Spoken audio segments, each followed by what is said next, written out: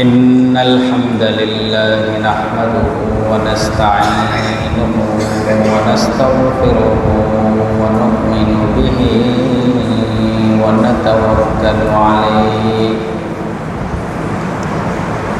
ونعوذ بالله من شرور أنفسنا ومن سيئات أعمالنا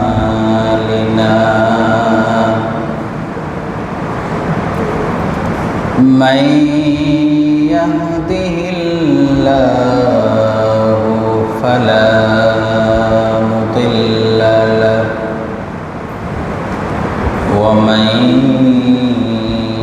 يضلله فلا هادي له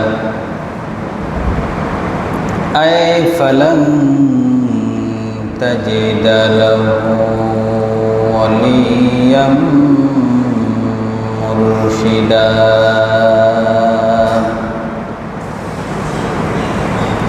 وأشهد أن لا إله إلا الله وحده لا شريك له وأشهد أن محمدًا عبد الله ورسوله أرسله كافة للناس بشيرا ونذيرا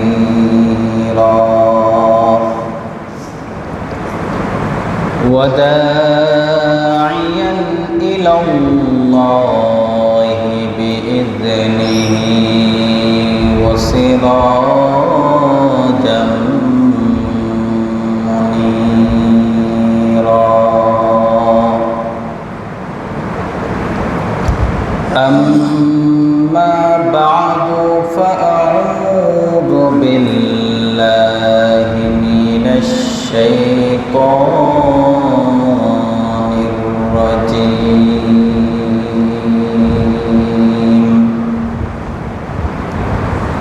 بسم الله الرحمن الرحيم وإلى مدين أخاهم شعيبا قال يا قوم اعبدوا الله ما لكم من إله غيره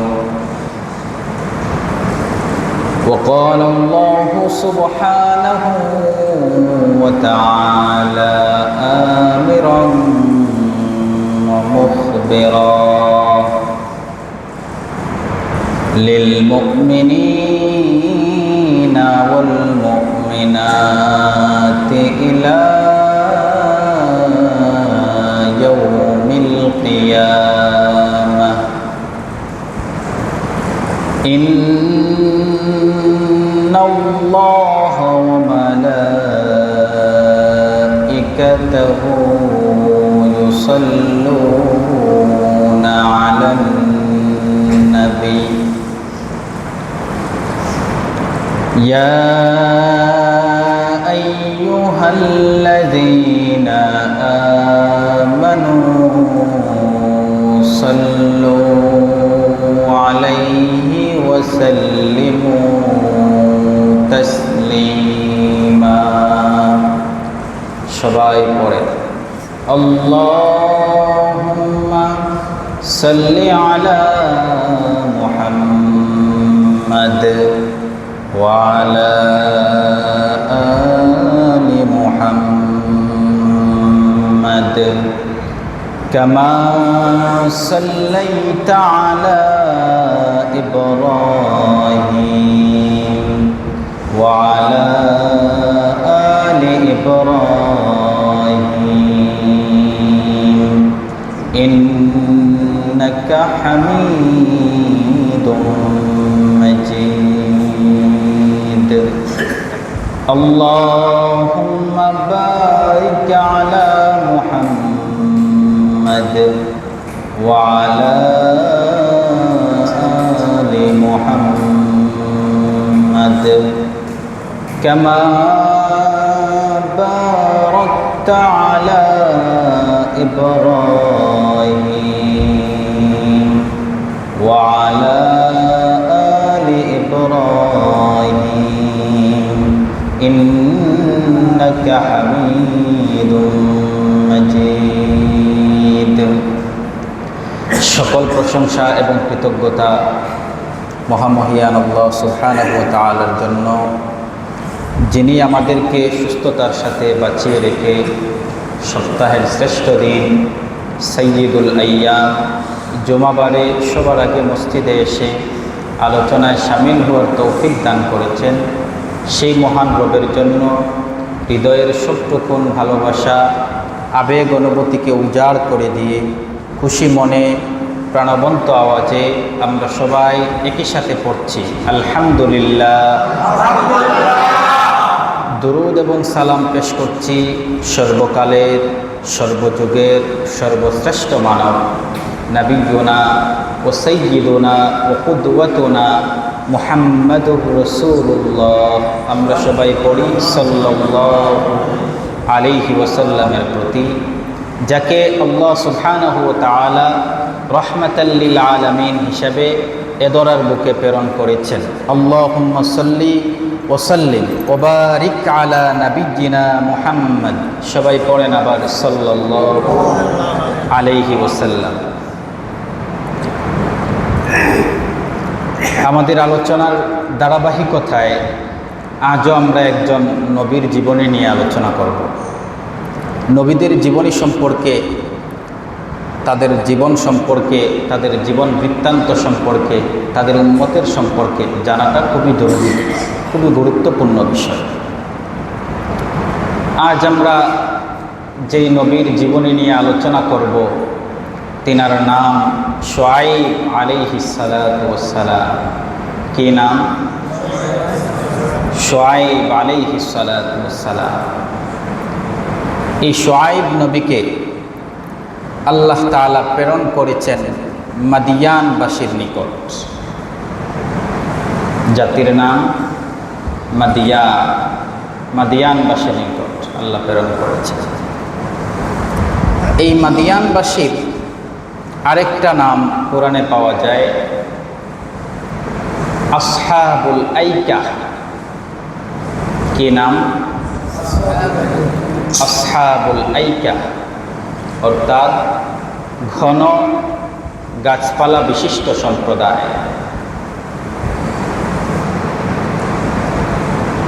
ঘন গাছপালা বিশিষ্ট সম্প্রদায়। তারা যেই অঞ্চলে বাস করত, সেই অঞ্চলটা, সেই অঞ্চলের মাটিটা এত উর্বর ছিল, সেই অঞ্চলের চতুর্পাশে গাছগাছালিতে পরিপূর্ণ ছিল। এই শুআয়ব আলাইহিস সালাতু ওয়াস সালামের উপাধি ছিল খতীবুল আম্বিয়া। সকল নবীদের খতীব। যেমন সবাই বলেন তো, মূসা আলাইহিস সালাতু ওয়াস সালামের উপাধি কি ছিল? কালিমুল্লাহ। ইব্রাহিম নবীর উপাধি কি ছিল? খলিলুল্লাহ। ঠিক সেরকমভাবে শুআয়ব আলাইহিস সালাতু ওয়াস সালামের উপাধি ছিল খতীবুল আম্বিয়া। তাফসীরে ইবনে কাসির প্রণেতা তিনি বলেন, কানা শুআয়ব আলাইহিস সালাতু ওয়াস সালাম খতীবুল আম্বিয়া লিহুসনি মাওয়াদিহি ওয়া বায়ানিহি। শুআইব নবীকে খতিবুল আম্বিয়া এজন্য বলা হতো, তিনি এত চমৎকার কথা বলতেন, এত সুন্দর করে কথা বলতেন, এত গোছায়া কথা বলতেন, তার ভাষা ছিল অত্যন্ত প্রাঞ্জল। যে কোনো কেউ তার ভাষা শুনলে তার ভাষার প্রতি আকৃষ্ট হয়ে যেত। এ কারণেই শুআইব নবীর উপাধি ছিল খতিবুল আম্বিয়া, সমস্ত নবীদের খতিব। সুন্দর করে গুছায়ে কথা বলতে পারতেন। শুআইব নবীর আরেকটি পরিচয় হচ্ছে, তিনি সবচেয়ে রাগী নবী। তিনার শ্বশুর, বলেন তো সেই রাগী নবীর নাম কি? মূসা কালিমুল্লাহ। তাহলে মূসা আলাইহিস সালাতু ওয়াস সালামের শ্বশুর ছিলেন শুআইব আলাইহিস সালাতু ওয়াস সালাম। এটা হচ্ছে তার একটা পরিচয়। এই শুআইব নবী তার উম্মতের কাছে, মাদিয়ানবাসীর কাছে আল্লাহ যখন প্রেরণ করলেন, এই শুআইব নবীর আলোচনা কুরআনুল কারীমের 7 নম্বর সূরা সূরাতুল আরাফ এর 85 নম্বর আয়াত থেকে শুরু হচ্ছে। রব্বুল আলামিন বলেন, ওয়া ইলা মাদয়ানা আখাহুম শুআইবা ক্বালা ইয়া কওমি আবুদুল্লাহা মা লাকুম মিন ইলাহিন গায়রুহু قد جاءتكم بينة من ربكم فأوفوا الكيل والميزان ولا تبخسوا الناس أشياءهم ولا تفسدوا في الأرض بعد إصلاحها ذلكم خير لكم إن كنتم مؤمنين। আল্লাহ তাআলা বলেন, আমি মাদিয়ানবাসীর নিকট, আমি মাদিয়ানবাসীর কাছে তাদের ভাই শুআইবকে নবী হিসাবে প্রেরণ করেছি। তিনি এসে সকল নবীর মতো, সকল নবী তার উম্মতকে যেভাবে দাওয়াত দিয়েছিলেন, তিনিও তার উম্মতকে বললেন, মা লাকুম মিন ইলাহিন গায়রু, ও আমার উম্মতেরা, তোমরা একমাত্র আল্লাহর গোলামি করো, তিনি ছাড়া তোমাদের কোনো ইলাহ নাই। সবাই বলেন তো, আমরা একমাত্র গোলামি করব কার? পৃথিবীতে যত নবীকে আল্লাহ পাঠিয়েছেন, সমস্ত নবী তার উম্মতের কাছে আসার পরে, প্রেরিত হওয়ার পরে এক আল্লাহর দাওয়াত দিয়েছেন। সবাই বলেছেন, মা লাকুম মিন ইলাহিন গায়রু, আল্লাহ ছাড়া তোমাদের কোনো ইলাহ নাই, ইবাদত করতে হবে এক আল্লাহ, চলতে হবে এক আল্লাহর কথা মতে, এই দুনিয়াতে আইনও চলবে আল্লাহ। আমি যদি আল্লাহর সৃষ্টি হই, তাহলে আল্লাহ যেভাবে আমাকে বলেছেন সেভাবে চলতে হবে। এই আয়াত থেকে মাদিয়ানবাসীর দুইটা অপরাধের কথা জানা যায়। মাদিয়ানবাসীর দুইটা অপরাধের কথা জানা যায়। এই আয়াত পড়ার পরে তাদের দুইটা অপরাধের কথা জানা যায়। এই মাদিয়ানবাসীর প্রথম যে অপরাধ করেছিল, সেই অপরাধটি হচ্ছে তারা শিরিক করত। কি করত? শিরিক করত। কিসের? তারা শিরিক করত। বলছিলাম মাদিয়ানবাসীর আরেকটা নাম হচ্ছে আসহাবুল আইকা, ঘন গাছপালা বিশিষ্ট এলাকার লোক সকল। এই ঘন গাছপালা বিশিষ্ট অঞ্চলের ভিতরে একটা শতবৎসরিক বটবৃক্ষ ছিল। সেই শতবৎসরিক বটবৃক্ষের পূজা তারা করত। নাউজুবিল্লাহ। দ্বিতীয় অপরাধ, এই আয়াত থেকে জানা যায় এই মাদিয়ানবাসীর দ্বিতীয় অপরাধ, তারা ওজনের ক্ষেত্রে কারচুপি করত, ওজনের মধ্যে তারা কম দিত। এই ওজনের মধ্যে কম দেওয়া, দাড়িপাল্লায় কারচুপি করা, এটা শুআয়ব আলাইহিস সালাতু ওয়াস সালামের উম্মতের মাধ্যমে এই দাড়িপাল্লায় কারচুপি করাটা শুরু হয়। এর পূর্বে ওজনের মধ্যে কম দেওয়া, দাড়িপাল্লায় কারচুপি করা, এই নজির পৃথিবীতে ছিল না। এদের ব্যাপারে দাড়িপাল্লায় কারচুপি করে যেই ব্যবসায়ীরা, এদের ব্যাপারে আল্লাহ তাআলা কুরআনুল কারীমের ৮৩ নম্বর সূরা সূরাতুল মুতাফফিফিনের মধ্যে বলছেন, ওয়াইলুল লিল মুতাফফিফিন আল্লাযীনা ইযা ইক্তালু আলান নাসি ইস্তাওফুন ওয়া ইযা কালুহুম আও ওয়াজানুহুম ইউখসিরুন আলা ইয়াযুন্নু উলাইকা আন্নাহুম মাবউসুন। সুবহানাল্লাহ।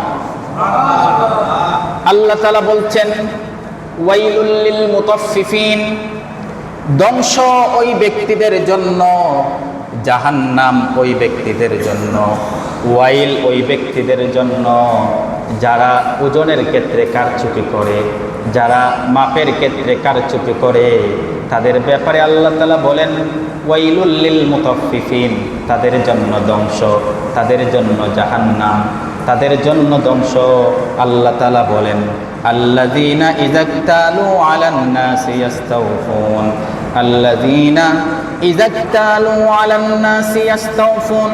আল্লাহ বললেন এই মানুষগুলো যখন নিবে তখন নেওয়ার সময় ঠিকঠাক মতো নিবে, কিন্তু যখন দিবে দেওয়ার সময় তখন ঠিকঠাক করে দিবে না। ওজনের মধ্যে কারচুপি কেমনে করে? আল্লাহ বলছেন আল্লাযীনা ইযা ইক্তালু আলান নাসি ইস্তাওফুন ওয়া ইযা কালুহুম আও ওয়াজানুহুম ইউখসিরুন।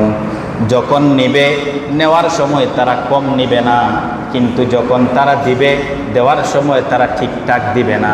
নেওয়ার সময় তারা ঠিকভাবে হিসাব করে নিবে, কিন্তু দেওয়ার সময় তারা ঠিক করে দিবে না। ও ভাই আমার, বাবারা আমার, ব্যবসায়ী ভাইরা যারা আছেন, দেখেন মিষ্টির দোকানে আপনি মিষ্টি বিক্রি করেন, সারাদিন ওজনে কারচুপি করেন। কেমনে কারচুপি করেন? 1 কেজি মিষ্টি হয়তো 10টা 12টা সর্বোচ্চ 20টার মতো ধরতে পারে, কিন্তু আপনি মিষ্টির কার্টুন যখন তৈরি করেন তখন নিচটা আপনি এত বড় করে দেন, 250 গ্রাম আপনার কার্টুনের ক্ষেত্রে চলে যায়। আপনি হয়তো ভাবছেন আমি 250 গ্রাম কারচুপি করে আমি এই 250 গ্রাম কম দিয়ে হয়তো দৈনিক 3000 টাকা লাভ করতাম। আমি 250 গ্রাম কারচুপি করার কারণে, আমি ঠগাঠকির কারণে হয়তো আমি দৈনিক 5000 টাকা ইনকাম করতে পারি। আল্লাহ বলেন তুমি তো চিন্তা করছো কোনো মানুষ আমাকে দেখে না, দুদকও আমাকে ধরতে পারে না, সিসিটিভিও আমাকে ধরতে পারে না, কেউ তো আমাকে দেখে না। আল্লাহ বলছেন তুমি কি চিন্তা করো না? আলা ইয়াজুন্নু উলাইকা আন্নাহুম মাবউসুন। তুমি কি একবারও চিন্তা করো না তোমাকে দুদক ধরতে পারে না, মোবাইল তোমাকে ধরতে পারে না, সিসিটিভি তোমাকে ধরতে পারে না, কোনো মানুষ তোমাকে ধরতে পারে না, কিন্তু আলা ইয়াজুন্নু উলাইকা আন্নাহুম মাবউসুন। একদিন তোমাকে যেই রবের সামনে প্রেরিত হতে হবে, একদিন তোমাকে যেই রবের সামনে দাঁড়াতে হবে, সেই রবের নাম কি? আল্লাহ বলছেন তুমি কি ভয় করো না? একদিন আমার কাছে তুমি আসতে হবে, একদিন আমার সামনে তুমি দাঁড়াতে হবে, সেই দাঁড়ানোর তুমি কি চিন্তা করো না? আল্লাহ তাআলা বলেন আমরা যে আল্লাহর সামনে দাঁড়াবো, এই দাঁড়ানোটা হবে লিয়াউমিন আযীম, এক ভয়ঙ্কর দিন, ভয়াবহ দিন।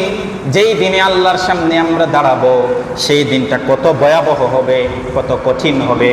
আল্লাহর নবী সাল্লাল্লাহু আলাইহি সাল্লাম হাদিসের মধ্যে বলেন তুদনাশ শামসু ইয়াউমাল কিয়ামাতি মিনাল খালকি হাত্তা তাকুনা মিনহুম কামিকদারি মিল। আল্লাহর নবী বলেন ওই দিনটা কত ভয়ঙ্কর হবে, কত ভয়ঙ্কর হবে, যার চিন্তা তোমরাও করতে পারো না। আল্লাহর নবীজি বলেছেন বিশাল আমাদের কাছ থেকে এত উপরে যে সূর্য আমরা দেখতে পাই, 9,30,00,000 মাইল উপরের যে সূর্যটা, সেই সূর্যটাকে আল্লাহ তাআলা মাথার 1 মাইল উপরে দাঁড় করাইয়া দিবেন।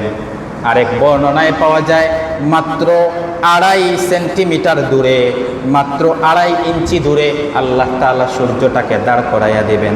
আমাদের জমির নিচের মাটিগুলোকে আল্লাহ তাআলা তামায় রূপান্তরিত করে দিবেন। হাদিস পড়লে পাওয়া যায় নবীজি বলেন এই ভয়াবহ পরিস্থিতিতে, এই ভয়াবহ পরিস্থিতিতে আপনি পেরেশান হয়ে যাবেন। মানুষ ঘামতে ঘামতে ঘামের মধ্যে একবার ডুববে আবার উঠবে।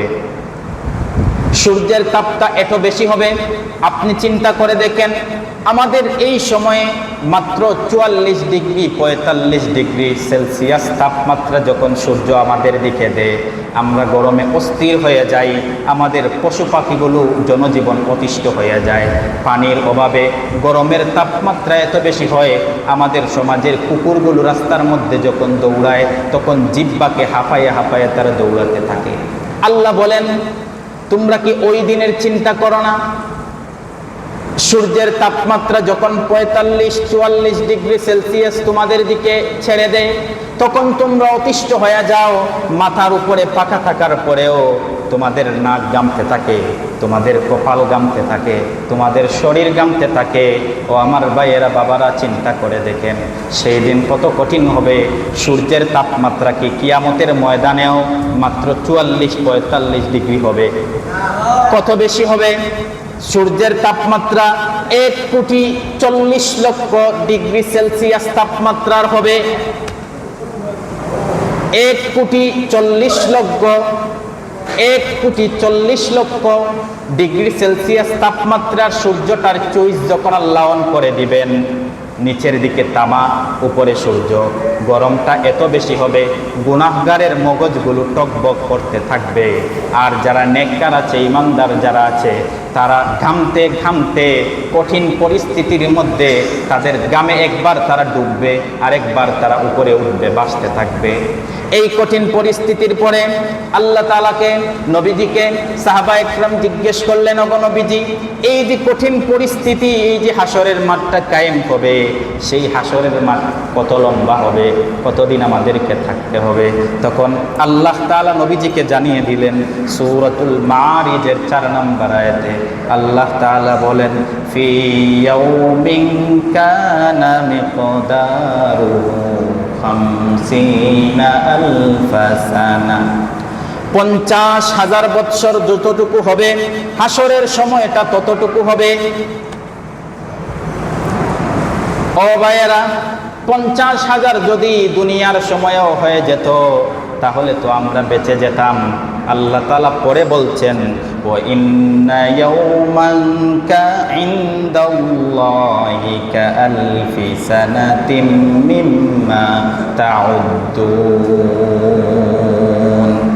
দুনিয়ার মানুষের গণনায় 1000 যতটা হবে, আমি আল্লাহর কাছে একদিনের গণনা ততটা হবে।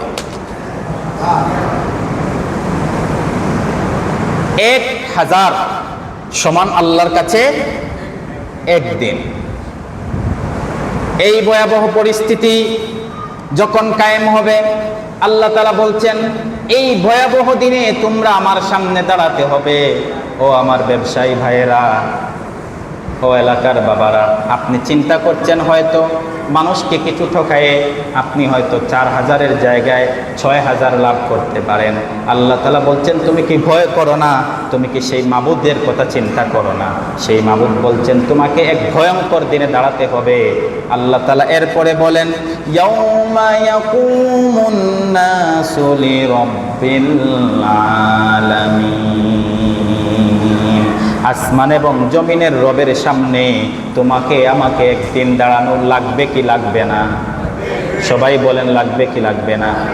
আল্লাহ বলছেন তোমরা আসমান জমিনের রবের সামনে একদিন দাঁড়াতে হবে। কেমন ভাবে তোমাদেরকে কবর থেকে উঠানো হবে, তোমরা কেমন ভাবে আল্লাহর সামনে দাঁড়াবে? নবীজি হাদিসের মধ্যে বলেন হুফাতান উরাতান গুরলা। আল্লাহ তাআলা বলেন তোমরা আকাশের উপর যে তোমাদের মাথার উপর যেই মাত্র 2.5 ইঞ্চি উপরে সূর্যটা থাকবে, সেই সূর্যের তাপকে নিয়ন্ত্রণ করার জন্য তোমাদের মাথার উপরে কোনো টুপি থাকবে না। তোমাদের শরীরে গরম থেকে শরীরকে বাঁচানোর জন্য শরীরে যেই কাপড় থাকার কথা সেই কাপড় থাকবে না।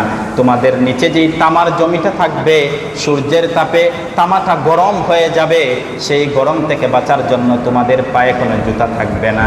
তাহলে খালি মাথায় নগ্ন শরীরে নগ্ন পায়ে উলঙ্গ পদে আপনি আল্লাহর সামনে কিয়ামতের ময়দানে দাঁড়াতে হবে। চিন্তা করেন, দুনিয়ার সর্বোচ্চ আগুনটুকু যদি আপনি জ্বালান, সর্বোচ্চ গ্যাস দিয়ে যদি আপনি আগুন তৈরি করেন, আর আগুনটা যদি আপনি নিচতলায় রাখেন, দোতলায় যদি বাতের পাতিল বসাইয়া দেন, বলেন তো বাত হবে না, সেটা চালই থেকে যাবে, চালই থেকে যাবে। কারণ দুনিয়ার আগুন যতই ভয়ঙ্কর হোক না কেন, তার কাছে যাওয়ার পরে সে ভয়ঙ্কর, কিন্তু দূর থেকে এত ভয়ঙ্কর না। আচ্ছা, তারপরেও মনে করলাম আপনি ভয়ঙ্কর আগুনটা দিলেন, দেওয়ার পরে ভয়ঙ্কর সবচেয়ে গরম বেশি দুনিয়ার যে আগুনের, সেই আগুন যদি আপনার মাথার উপর দেওয়া হয়, তাহলে সেই গরমে হয়তো বা আমার মগজ টকবক করে, এক পর্যায়ে আমি তো মারা যাব, আর মারা গেলেই তো আমার কষ্ট শেষ। কিন্তু আল্লাহ তাআলা বলছেন কিয়ামতের ময়দানে তোমাদেরকে যে ভয়ঙ্কর পরিস্থিতির মধ্যে দাঁড়াতে হবে, হাসরের ময়দানে তোমাদেরকে আল্লাহর সামনে দাঁড়াতে হবে, সেই দিনের ভয়ঙ্করতা এত বেশি হবে যার কল্পনা দুনিয়াতে কেউ করতে পারে না। কিন্তু এত কষ্টে থাকার পরও আপনি সেদিন মরবেন না, কারণ মারা গেলে তো আপনার কষ্টই শেষ। দুনিয়াতে মানুষ বেশি কষ্টে থাকলে পিপাসা ক্ষুধার যন্ত্রণায় এক পর্যায়ে মানুষ হয়তো মারা যায়, তখন তার কষ্টটা শেষ হইয়া যায়। কিন্তু পরকালে যাওয়ার পরে আল্লাহ আপনাকে এত কষ্ট দিবেন, এত কষ্ট দিবেন, কিন্তু আল্লাহ আপনাকে মৃত্যু দিবেন না। চিন্তা করেন, সেই কঠিন দিনের চিন্তা করে আল্লাহ তাআলা সূরাতুল মুতাফফিফিনে বলছেন ওয়াইলুল লিল মুতাফফিফিন। ও আমার ব্যবসায়ী ভাইয়েরা, তোমরা শুআইব আলাইহিস সালাতু ওয়াস সালামের জাতি আসহাবুল আইকা, তারা যেভাবে ওজনের মধ্যে কারচুপি করত, তারা নেওয়ার সময় ঠিক নিত, দেওয়ার সময় তারা কম দিত, এই গুণটা যেন তোমাদের মাঝে চলে না আসে। যদি আসে তাহলেও শুআইব জাতির উম্মতকে যেভাবে আমি ধ্বংস করে দিয়েছি, তোমাদেরকেও আমি ঠিক সেভাবে ধ্বংস করে দিব। এই গুণ আমাদের মধ্যে নিয়ে আসা যাবে? যাবে না। এরপরে অনেক সময় আপনি দেখবেন দোকানদারের কাছ থেকে আপনি হয়তো 1 কেজি ডাউল কিনছেন, কিন্তু সে তার পাথর দিয়ে যখন মেপে দেয়, তখন আপনি পাথরটা পরিপূর্ণ 1 কেজির পাথর দেখলেন, কিন্তু বাড়িতে নিয়ে এসে যখন আপনি মাপ দিলেন, তখন দেখলেন এখানে 50 গ্রাম কম। আছে না নাই? এমন ব্যবসায়ী বাংলাদেশের মধ্যে নাই, আমাদের মুসলমানদের মধ্যে নাই, তাহলে আপনাদের কুমিল্লার মধ্যে এমন ব্যবসায়ী নাই?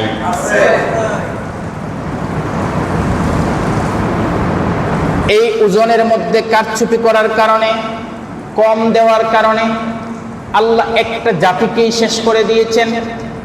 এজন্য বাবারা, ভাইয়েরা আমার, হয়তো আপনি চিন্তা করছেন ওজনে কারচুপি আমি একা করছি, আপনি চিন্তা করছেন হয়তো আমি একা করছি, সমস্যা কি? না ভাই, আপনার একার অপরাধের কারণে আল্লাহ তাআলা চাইলে তেতাবুমির পুরা গ্রামটাকে ধ্বংস করে দিতে পারেন কি পারেন না? এটা ভয়ঙ্কর। ওজনের মধ্যে কারচুপি করা যাবে না।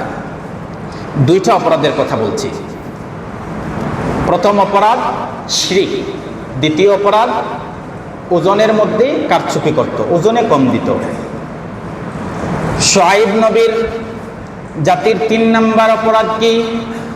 রব্বুল আলামিন কুরআনুল কারীমের 11 নম্বর সূরা সূরাতুল হুদের 85 নম্বর আয়াতে বলছেন ওয়ালা তাবখাসুন নাসা আশিয়াআহুম ওয়ালা তা'সাউ ফিল আরদি মুফসিদিন। এদের 3য় অপরাধ হচ্ছে, তাদেরকে আল্লাহ তাআলা লক্ষ্য করে বলছেন ওয়ালা তাবখাসুন নাসা আশিয়াআহুম, তোমরা মানুষের প্রাপ্য অংশে তাদেরকে কম দিও না, মানুষের প্রাপ্য অংশে তোমরা ভাগ বসাইও না, মানুষের প্রাপ্য অংশ থেকে তোমরা চাঁদাবাজি করো না। আল্লাহ নিষেধ করে দিচ্ছে। এরা কেমন চাঁদাবাজি করত? এই আয়াতের ব্যাখ্যায় তাফসিরে খাজান প্রণেতা তিনি বলেছেন, ওয়াকানু ইয়াখুযুনা মিনাল মারাতিল উশুর। এই মাদাইনে ব্যবসায়ীরা যারা আসতো অথবা মাদাইনের ব্যবসায়ী যারা ছিল, তারা তাদের কাছ থেকে 10% চাঁদা গ্রহণ করত। কয় পার্সেন্ট? 10% চাঁদা গ্রহণ করত। আমাদের সমাজে তো এখন চাঁদা গ্রহণ করা হয় না। তারা চাঁদা গ্রহণ করত। শুআইব আলাইহিস সালাতু ওয়াস সালামের জাতি, এটা আজকের অভ্যাস না, এটা শুআইব নবীর জাতির কাছ থেকে চাঁদা গ্রহণ করার প্রথাটা চলে এসেছে। শুআইব নবী আল্লাহ তাআলা তার মাধ্যমে তার জাতিকে সতর্ক করেছেন, তোমার জাতিকে নিষেধ করো, তারা যেন অন্যায়ভাবে মানুষের কাছ থেকে চাঁদা গ্রহণ না করে, তারা যেন অন্যায়ভাবে মানুষের কাছ থেকে তার হক কেড়ে যেন না নেয়। কেউ যদি সদিচ্ছায় ট্যাক্স দেয় তাহলে সে যেন সেটা গ্রহণ করে, কিন্তু অন্যায়ভাবে যেন তাদের কাছে চাঁদাবাজি না করে। এই চাঁদাবাজি করার পরে এবার শুআইব আলাইহিস সালাতু ওয়াস সালাম তাদেরকে যখন দাওয়াত দিলেন, দাওয়াতের এক পর্যায়ে তারা শুআইব আলাইহিস সালাতু ওয়াস সালামকে বলে দিল, মাদাইনবাসী তারা শুআইবকে তাদের নবীকে বলে দিল।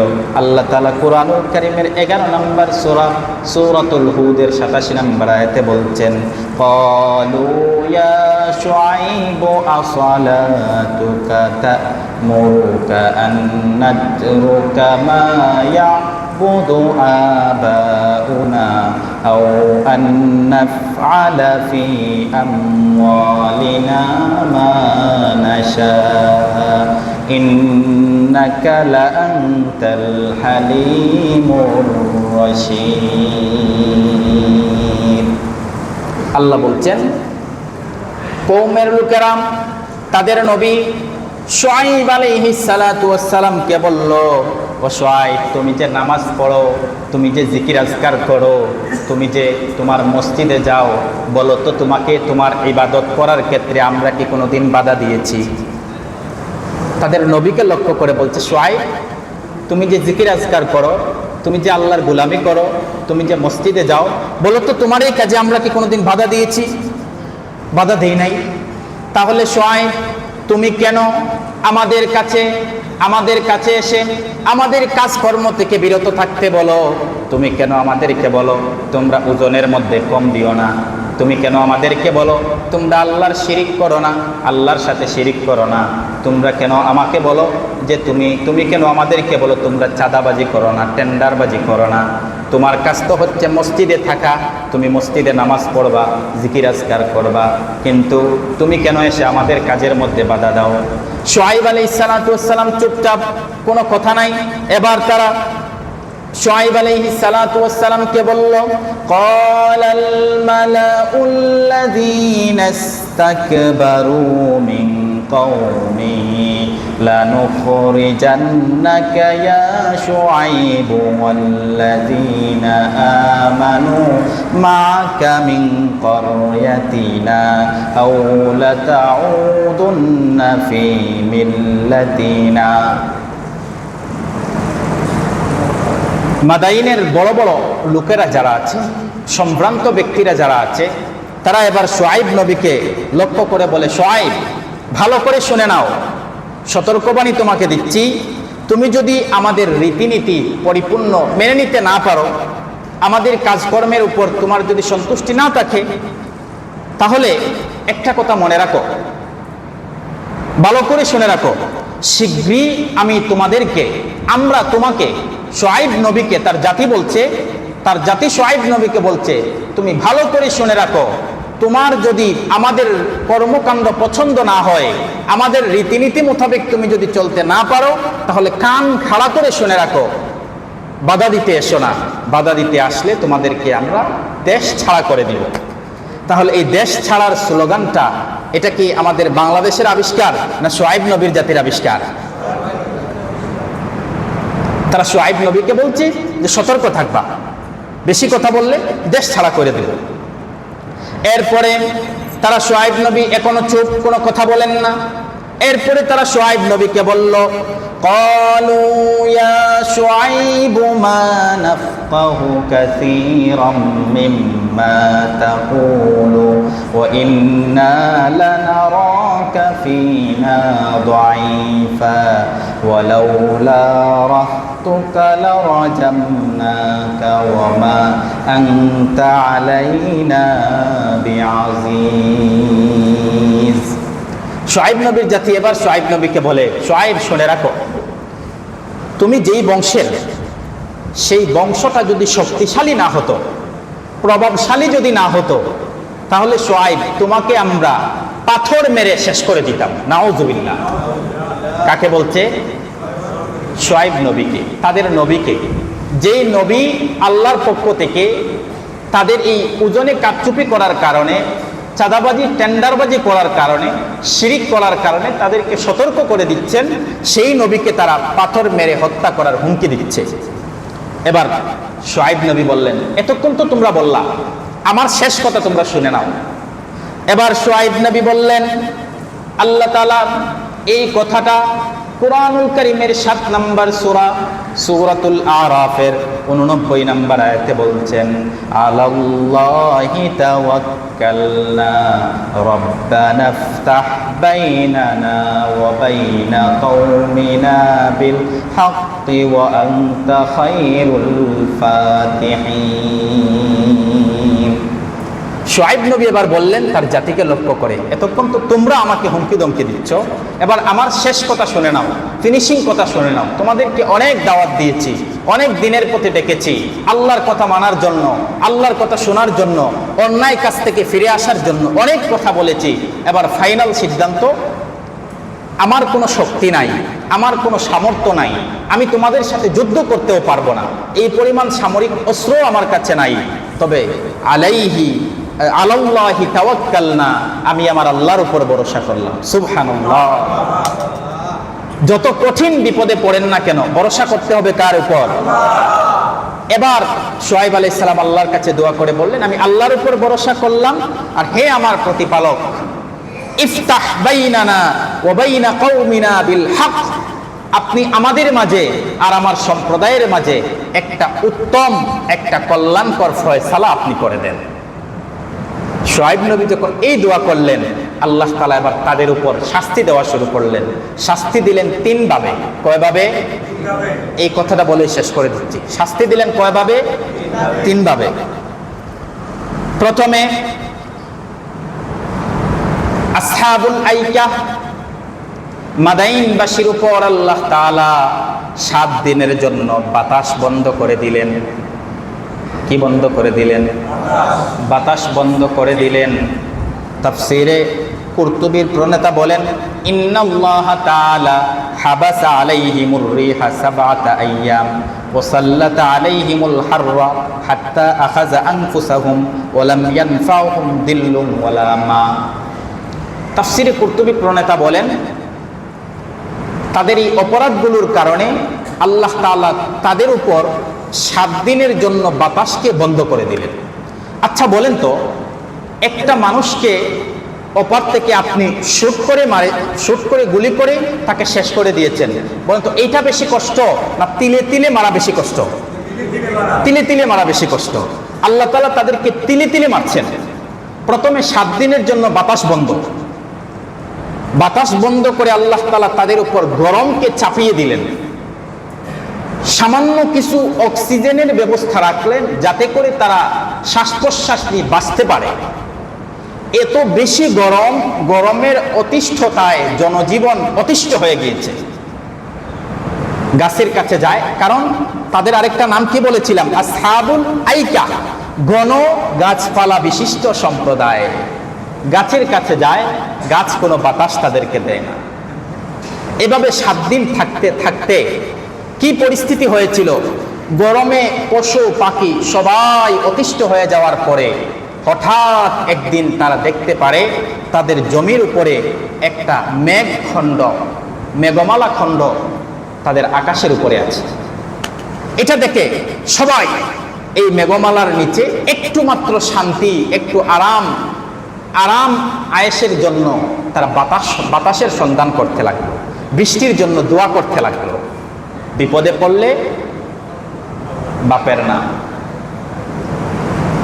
এবার আল্লাহ তাআলা বলছেন কুরআনুল কারীমের 26 নম্বর সূরা সূরাতুশ শুআরা এর 189 নম্বর আয়াতে আল্লাহ তাআলা বলেন ফাকাযযাবুহু ফাআখাযাহুম আযাবু ইয়াউমিজ যুল্লাহ ইন্নাহু কানা আযাবা ইয়াউমিন আযীম।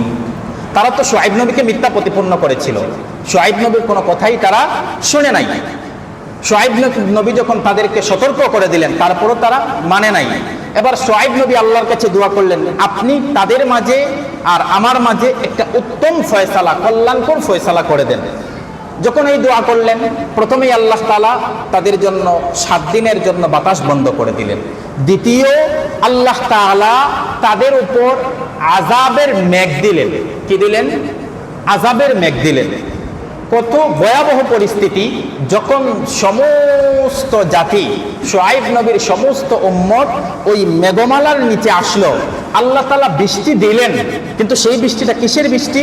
তাফসীরে ইবনে কাসীর প্রণেতা বলেন জাআতহুম সাহাবাতুন আযীমা ফিহা নার ফাস্তাজাল্লু বিহা ফামতারাত আলাইহিম নারান ফাহতারাকু।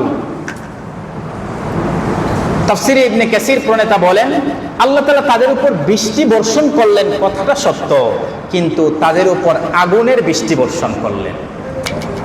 কিসের বৃষ্টি? আগুনের বৃষ্টি। এমন ভয়াবহ পরিস্থিতি, আগুনের বৃষ্টিটা বৃষ্টির ন্যায় যখন তাদের উপর পড়ছে, তাদের শরীর থেকে চামড়া খসে খসে পড়ে যাচ্ছে। ফাহতারাকু, তারা পড়ে যাচ্ছে, তারা পড়ে যাচ্ছে। সর্বশেষ তিলে তিলে আল্লাহ তাআলা তাদেরকে কষ্ট দিতে দিতে সর্বশেষ যে শাস্তি দিলেন, আল্লাহ তাআলা বলছেন ফাআখাযাতহুমুর রাজফাতু ফাআসবাহু ফি দারিহিম জাসিমিন। হঠাৎ আল্লাহ তাআলা জমিনকে এমন ভাবে ঝাঁকুনি দিলেন, জমিনকে এমন ভাবে কাঁপিয়ে তুললেন, এমন ভাবে ভূমিকম্প সৃষ্টি করলেন, তারা সবাই পড়ে মরে গেল। পরদিন সকালে শুআইব নবী দেখতে আসলেন। শুআইব নবী আসার পরে পরিস্থিতি এমন দেখলেন, আল্লাহ তাআলা বলছেন কাআল্লাম ইয়াগনাউ ফিহা, যেন অতীতে কোনোদিন এই জায়গার মধ্যে কোনো সম্প্রদায়ের বসবাসই ছিল না।